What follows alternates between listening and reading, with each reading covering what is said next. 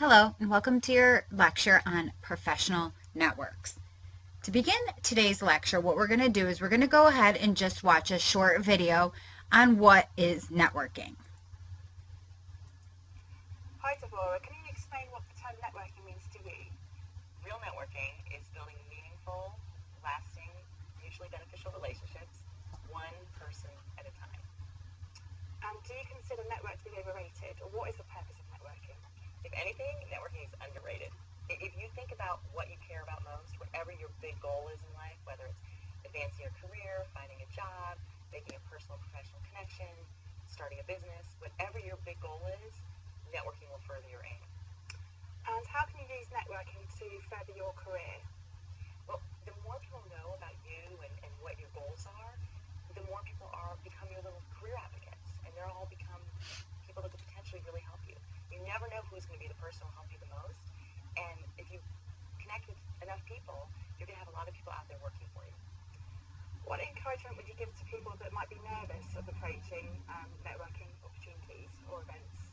I would say, first of all, be who you are, be authentic to who you are, and work with, rather than fighting against, your natural strengths. So believe that you have the tools to be a great networker. Now, someone could be listening and watching and saying, but I don't. I can't make small talk, so I'm a bad networker. Well, small talk is not what real networking is about. Real networking is about building connections. So if you aren't great at making small talk, there's a good chance you're good at something else that's even better, like being a great listener. So develop that skill and really focus on other people when they're talking with you and ask well-formed questions. And that's actually a much better tool than telling everyone how great you are, because you'll be showing people how great you are because you're showing an interest in them. And can you kind of explain what kinds of networking events would typically be occurring within an industry? So what kind of events people could go to or identify within their network that they could further their career? You're most likely to further your career if you're at an event that is inherently interesting to you. So rather than going to events because you should go or because you think there might be a good opportunity, go to events that have a draw to you outside of networking that will make the day or evening or morning useful and beneficial. So if you go to hear a speaker you're interested in, or learn about a topic, or develop a skill, and you're going to be networking while you're there anyway, you'll already be more excited, more focused, more stimulated, and therefore you put a better face forward than if you go to an event just because I need to network. And can you give me a bit of a background about how you got your book published as well? Right. It's a great example of how less is more, which comes as a big relief to a lot of people networking because we're told you have to meet everyone, and that's not the case. What really is the case is to research and focus when you're networking. So I wanted to get my book published. There's a lot of people out there who have books that they want to get published. I went to a huge industry event, and there were probably about 50 book publishers there. So standard networking rules would tell you, make sure you meet everyone because you never know who's going to publish it.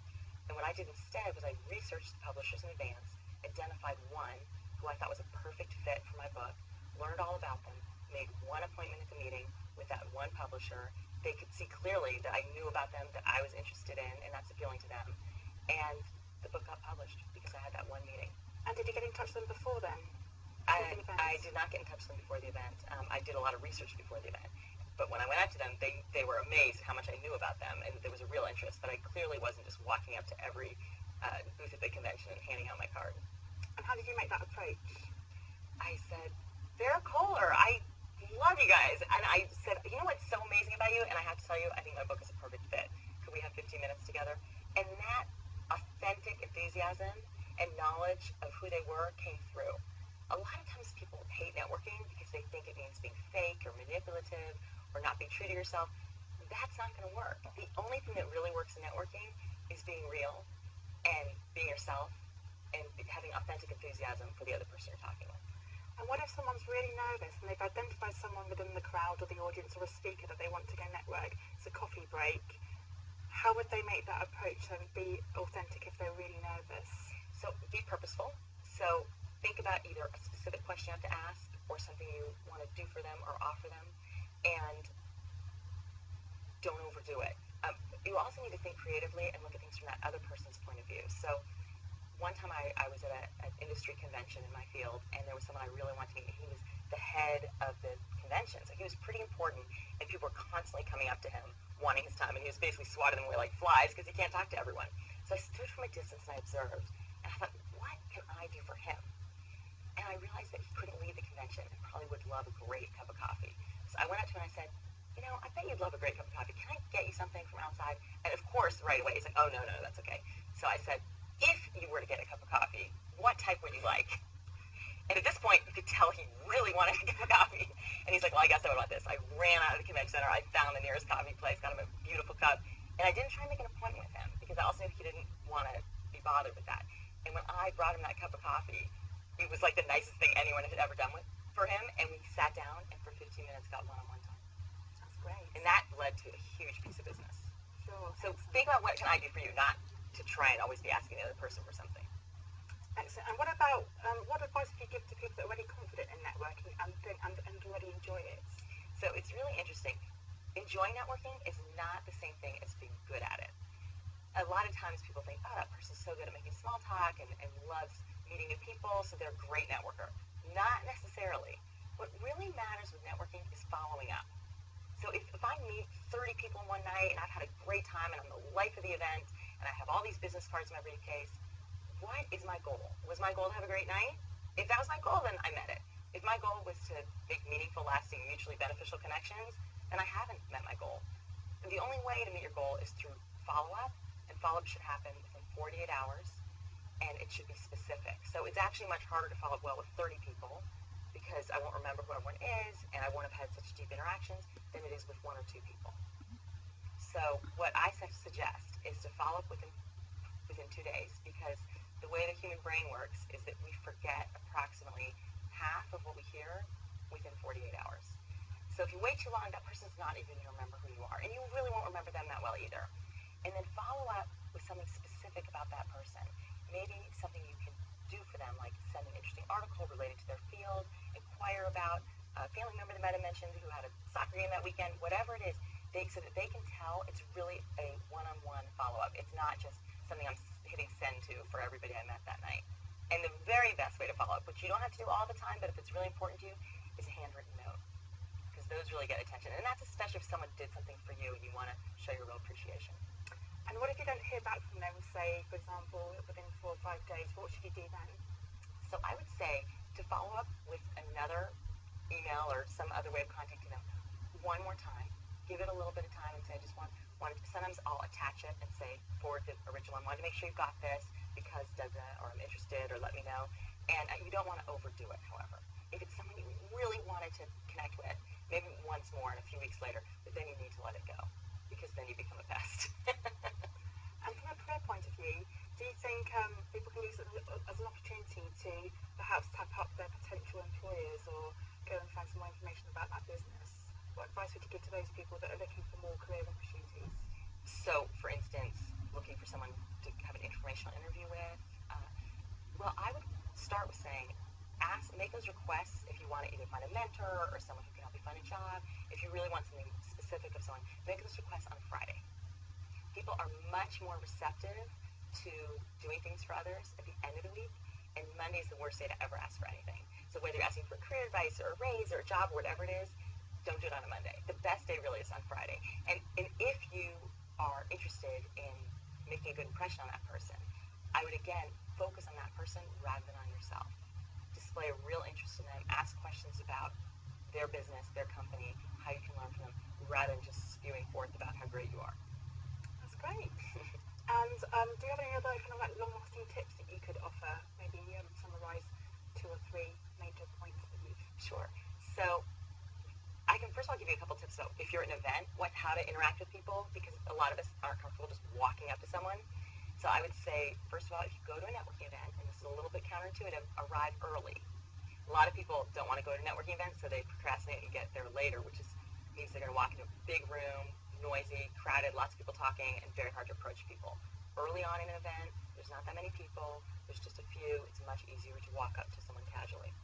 Another great way to network is through volunteering, because it gives you a defined role. The reason so many of us are uncomfortable networking is because we don't know what to say to people. We feel uncomfortable just barging in on a conversation. So if you're a volunteer, you have something to do and something to say, and it positions you as someone who's helpful. Also, I would say to always be behaving as if the person you're talking with is the right person for you to be interacting with. A lot of times we make snap judgments about other people, and we could be wrong. So assume that whoever you're with is important. Don't try and just quickly decide that this person isn't who I really need to be talking to. That person over there is who I should be talking to. Because one thing I've learned is you never know who is the best person to be networking with. So behave as if everyone is who happens to be in front of you. And lastly is follow up no matter what. If you're not following up, you're not networking. Can I just ask one more question? Of course. It's quite controversial. So when you're, if you've got limited time and you get stuck with someone you know that's no interest to you, how do you maneuver yourself out of that situation? You can absolutely do it, especially at a networking event, because everybody knows people are there to meet a lot of people or to interact with at least a few people. So I would say give the person 5 minutes of their time. And at the end, a couple options are, well, I promised myself I'd circulate, so it's been lovely meeting you. Or, I'm sure you want to meet other people. Thanks so much for your time. Right?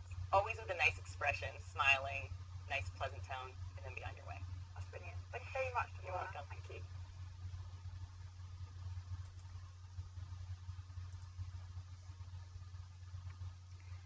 So as we learned, networking is really a good thing to do for any individual, especially if you're looking for a career, looking to redefine a career, or make a lateral move. But the other important thing about networking is that it is more successful than any other method for finding employment.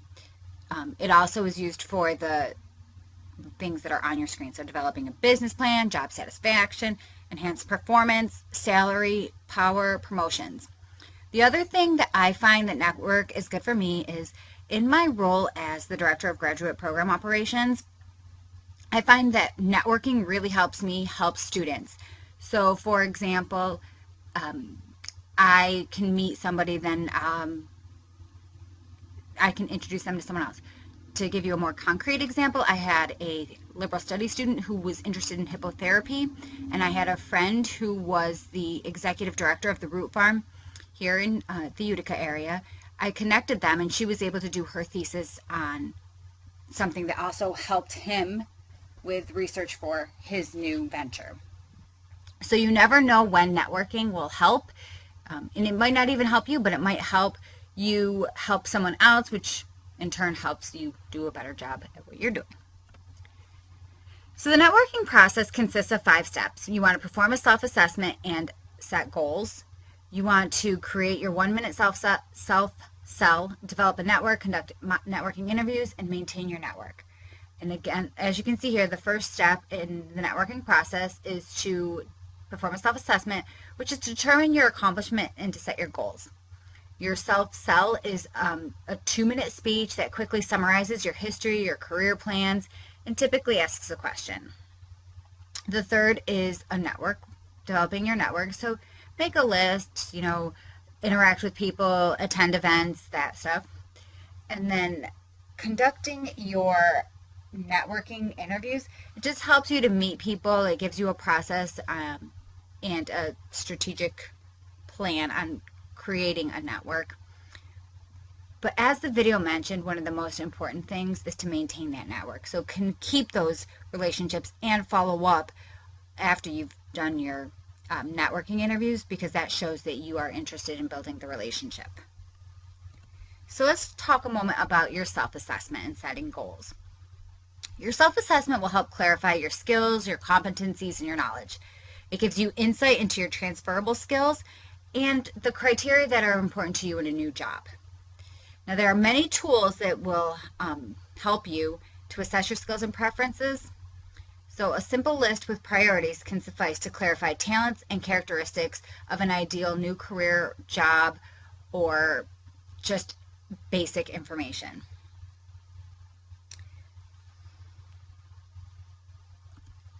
Next, you want to do your 1-minute self-sell. This includes a history of your career, your most recent career or school history, the description of the type of work or courses you have taken, or work you've done, your plans for the future. So what career are you seeking? What industry do you prefer to be in? Your specific role or function that you would ideally have.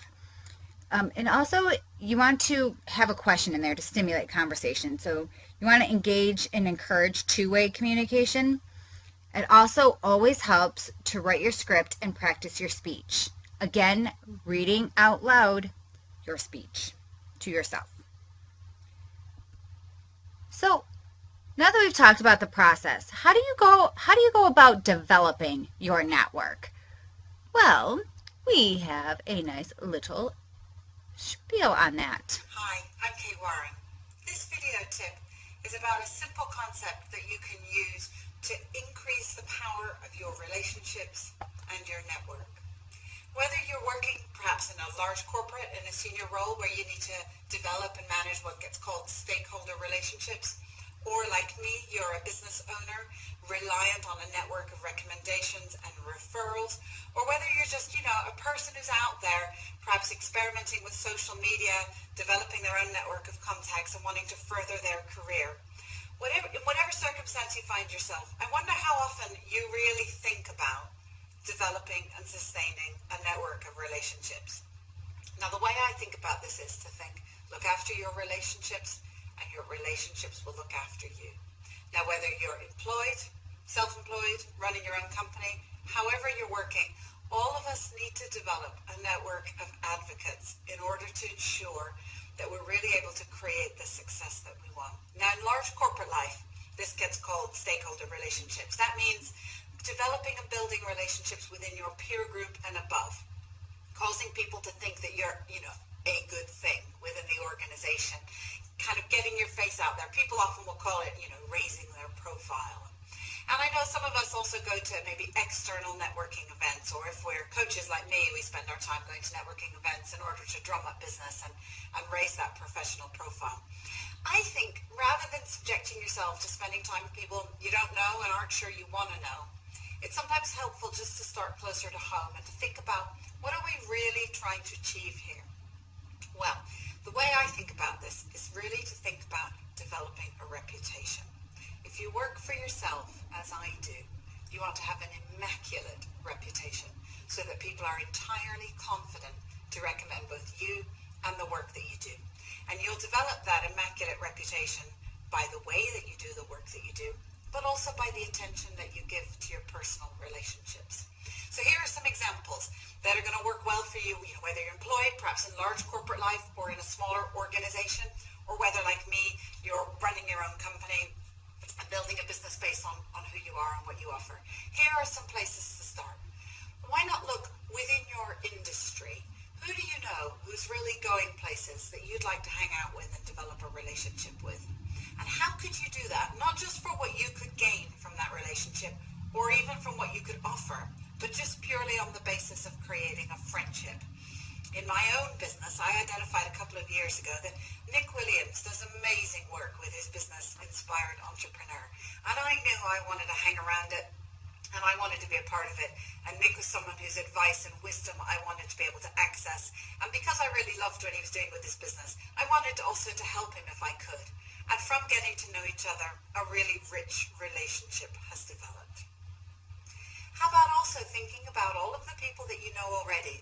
How can you deepen those relationships and make them more meaningful, whether they're with colleagues, friends, suppliers, contacts? A great example of this is my off-and-on coach and great friend, Maureen Simon, who runs a very impressive business consulting service for women in the US. And you can find out more about her at theessentialfeminine.com. Maureen I engaged as my coach for a 6-month period several years ago. She was recommended to me by my friend Natalie Turner, and I had a wonderful experience of working with Maureen. And since then, for me, she has been exemplary at maintaining our relationship by just dropping me a "Hi, how are you" email every now and then. We have a catch-up phone call from time to time, and I engage her as my coach on a quarterly basis throughout the year, still on an ongoing basis. What's so great about the way Maureen stays in contact with me is, she never tries to sell me anything. She takes a genuine interest in me, and she makes herself available to me. And because of that, I've recommended her to many, many people and sent many, many referrals her way, and it's been great for her business. For me, that's something I can really role model and take into my own business. The third area for you maybe to think about is, Who do you come into contact with who's not really your customer or your stakeholder, but who still has an impact on your reputation? And I'm going to make a special plea in this respect. Alicia Cowan, who works with me, I know loves it when I mention this because of the roles that she's done in the past. So I'm going to say to you, think about the support staff in the organizations you encounter and how you can take time to create relationships with them. Think about how you can be perhaps a little less grabby for what you can get for yourself and a little bit more palm up about what you can offer people who often get overlooked. So in my work, the relationships that I have with PAs and support staff and assistants are critical to the success of my company, and I give them just as much care as I give any other relationship I have. My friend Chuck Blakeman, who's an outstanding business consultant in the US, says, quit networking and build a network. And that's really what I'm suggesting that you do, whether it's inside your organization, outside of your organization, on behalf of your own company, or just as yourself. Instead of getting out there and networking with an end goal in mind, mixing with strangers and trying to sell them something or promote yourself, why not concentrate instead on building a network of relationships that you enjoy that can be sustaining both for you and for your business. Make friendships, and those friendships will look after you. I hope this tip's been helpful for you. You can find out more about the communication skills work that I do at www.brightconsultancy.com.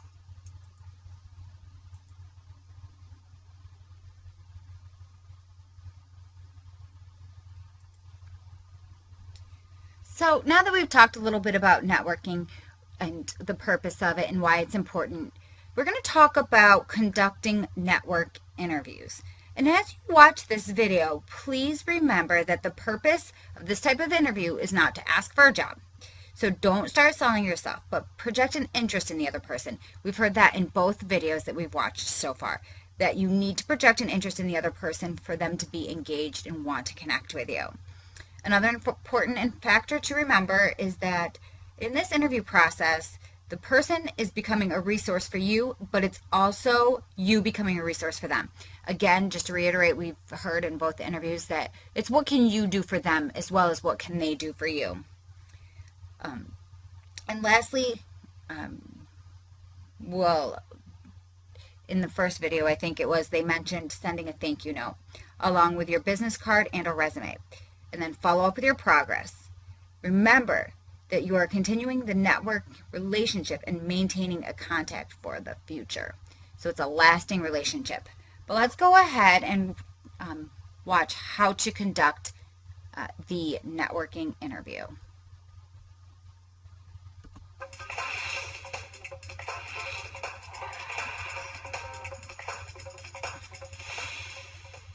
Hi, I'm Dr. Dale Savage, Director of Career Development at Peabody College of Vanderbilt University. I'm happy to share today with you something that is a little elusive to most of us, and that is a form of networking that's called the informational interview. In my opinion, the informational interview is one of the tactics that we can use in our career strategy to find that just right employer. Because quite frankly, the informational interview is done for three different reasons. The first reason would be just that, to gain information. So what information might you need about a career? Perhaps you've been in your particular career path for a while and you're ready to transition. Perhaps you've only been there for a very short period of time, but I want more information about this other sector. So again, if you're moving from a public sector, you want to move to the private sector. You're working in the government, you want to go into the private sector. Or you're working in the private sector, you want to go into education now. You're going to need some more information about those changes. So you need to speak to those people who have been involved in that particular area of expertise, perhaps the position for which you long to be in, and talk to that person about, so what is it about your job? What is it about your career? What education, what training, what did you do to gain the success that you obviously have in your position? The other reason that we do informational interviews is to really take a look at a particular position. Perhaps we're in a career path, and in our organization, we know we have hit the ceiling. We can't go any further. So we might have to make a lateral move to another organization to be launched onto a different path. But you're looking for this particular position that's right out there. How and what are the steps that you need to get there for that position? So let's interview those people and hold those positions today, the position that you want tomorrow. Okay? Because as we all know, there's certain things and certain skill sets and certain competencies and accomplishments that we must have before we move into that next position. Now, are we always just right, just ready? No. But a person in an informational interview might be able to give you a few tips on how to get ready. Okay? The third reason that we would do an informational interview is to get into that organization that we really want to work in. And so with that, we're not only interviewing the person in that position, but we're interviewing in the organization for which we want to work. Oftentimes, I see that students and my alums will take a little bit of time to craft, okay, who do I want to talk to? Where do I want to move? I ask them really to look for about 25 names, 25 organizations that would be a good fit for them. Now, what might a good fit look like? Well, we're gaining information here. We're gaining information, so in your informational interviews, it's like a scavenger hunt, so to speak. What might you find? What are the clues that you're going to pick up that will lead you to the next informational interview, to the next informational interview? You have to think about it in this way. Typically, I say, take a protocol of only about 5 questions. Those 5 questions, if asked over and over and over again, would allow you to compare and contrast data so that you can analyze and say, this might be something that I want to pursue.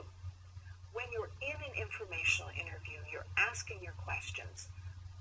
You want to get that person to engage with you in a way. I know that oftentimes a person will ask for, well, I'd like to have an informational interview with you.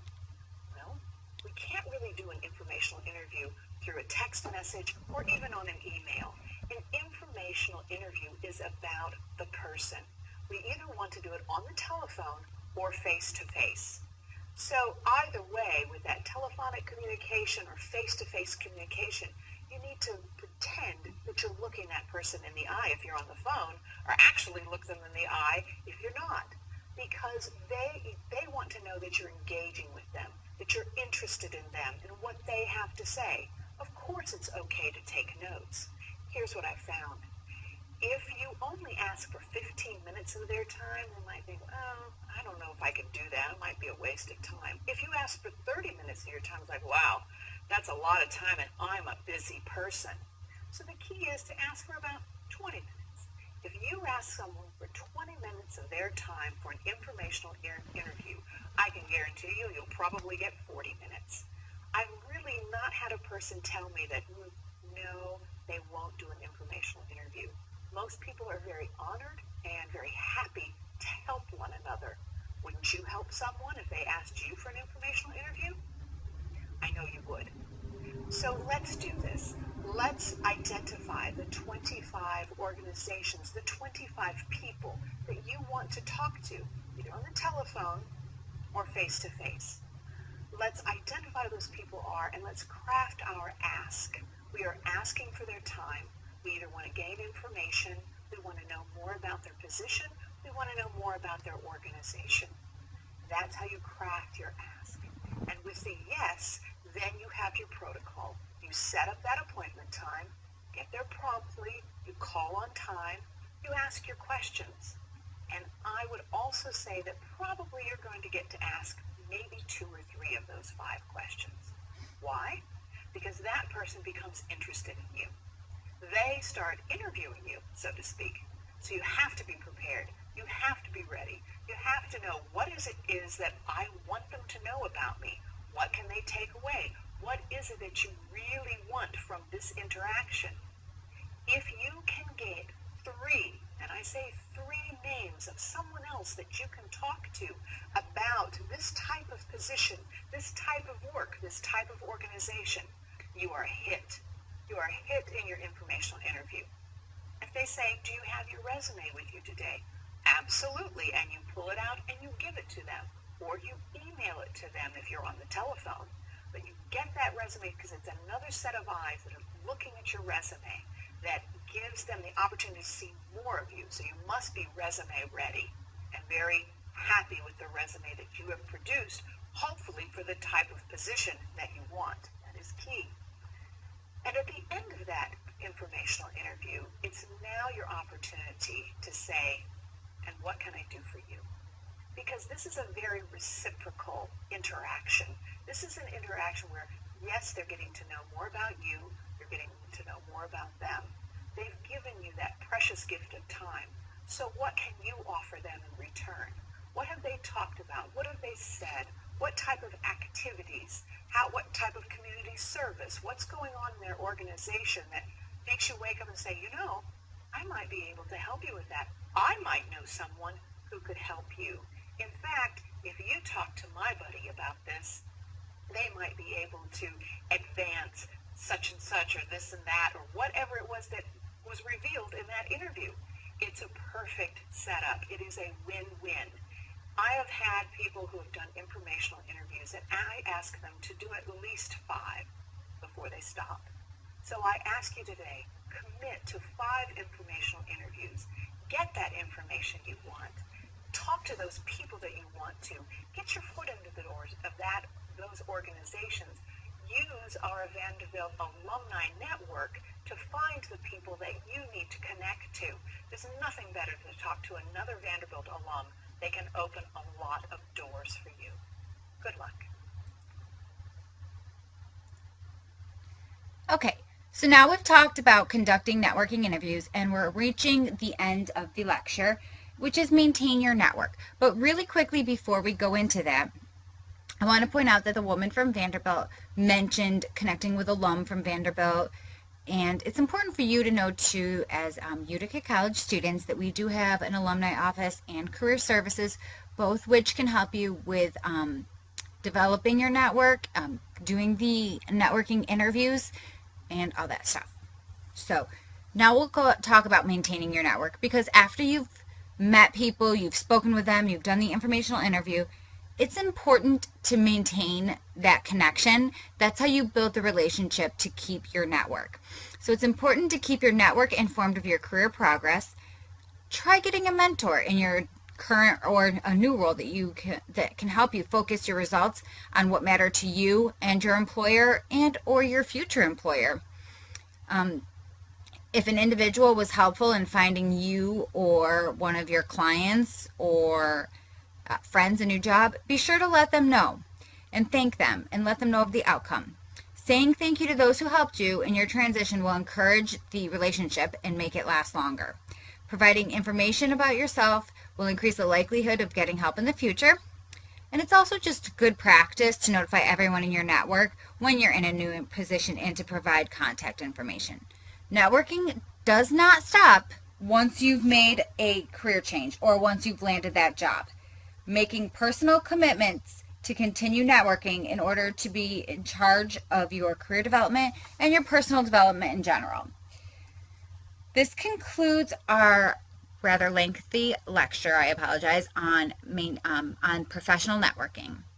Be sure to check out Utica College's career services and alumni and parent relations here at Utica College, because as a Utica College student, you do have access to both of those offices and the services that they provide. Thank you, and have a great night.